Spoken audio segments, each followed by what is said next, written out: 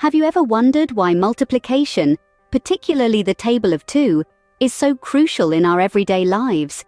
Well, today we're diving into the fascinating world of multiplication, starting with the table of 2. Imagine having 2 apples. Now, if you double them, you have 4 apples. This is what we mean by 2 times 2 equals 4. It's as simple as adding 2 plus 2. That's the beauty of the table of 2. It's all about doubling. Now, let's take another example. Suppose you have 2 pairs of socks. Each pair has 2 socks. So, how many socks do you have in total? That's right, you have 4 socks. This is another example of the table of 2 in action. Let's continue this journey of doubling. If you have 2 books and you double the number of books, you now have 4 books. If you double the number of 4 books, you have 8 books. And if you double 8 books, you have 16 books. This doubling effect is the essence of the table of 2. Now, take a step further. If you double 16, you get 32.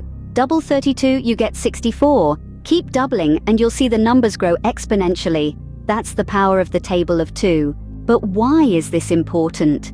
It's because multiplication and the table of 2 are fundamental elements of math. They are the building blocks for more complex calculations. They help us understand patterns and relationships between numbers. They make our lives easier when we need to calculate something quickly. For instance, if you're baking a cake and the recipe calls for 2 eggs, but you want to double the recipe, you quickly know you need 4 eggs.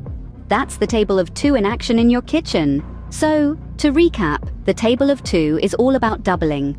It starts with 2 and keeps doubling.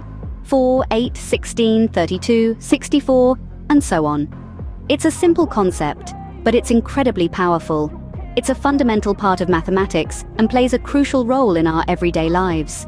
Remember, the table of 2 is not just a list of numbers. It's a tool that helps us understand the world around us.